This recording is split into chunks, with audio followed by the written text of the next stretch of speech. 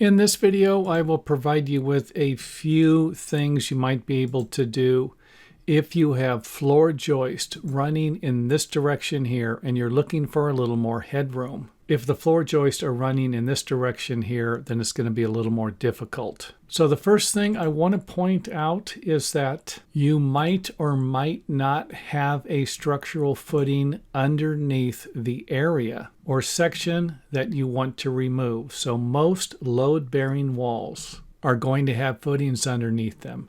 And if the floor joists stop at one of those walls, like we have on this side of the stairway and on this side of the stairway, then there should be a footing underneath them. And since you don't know exactly where that footing stops, then you might be required to add a footing if you're going to cut one of the joists on each side and then add a block like we did here, and then install another floor joist behind it. A lot of times we need a double joist in a situation like this. So this was the easy part here. Now let's go ahead and take a look at what else might be required. If we actually do have a footing and it doesn't extend far enough to pick up the support that might be required by a structural engineer. And I'm not about to suggest you need the footing. I've seen people do this plenty of times. However, this doesn't mean that your local building department or structural engineers are going to think the same way. So again, we have a load transferring through the floor,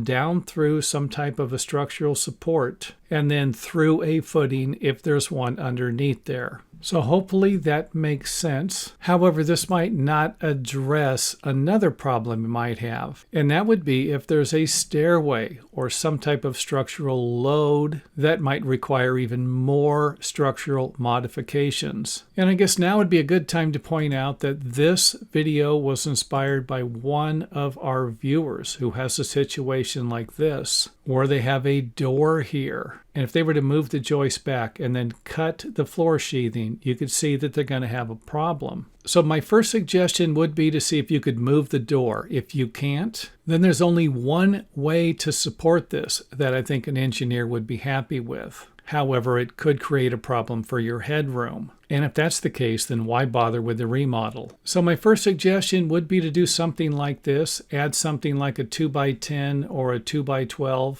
or two 2x8s, something, whatever you think will work. And then add a couple of shaped blocks. Now keep in mind with this repair here, we already have support around the perimeter. The floor sheathing is sitting on top of this joist, this one here, and this one here. So really what we need is some support in the middle or along this area here. And I'm not about to suggest an engineer is going to like this design. However, if you used a 4x4 with some type of a structural bracket or a hanger, and you're dealing with something less than 4 foot long and no structural load above, then I don't think the engineer would have a problem with that design. However, something like this is going to be reducing the headroom height, especially if you have 2x6 joists and you're only going to gain 2 inches. Then it might not make sense to do the remodel.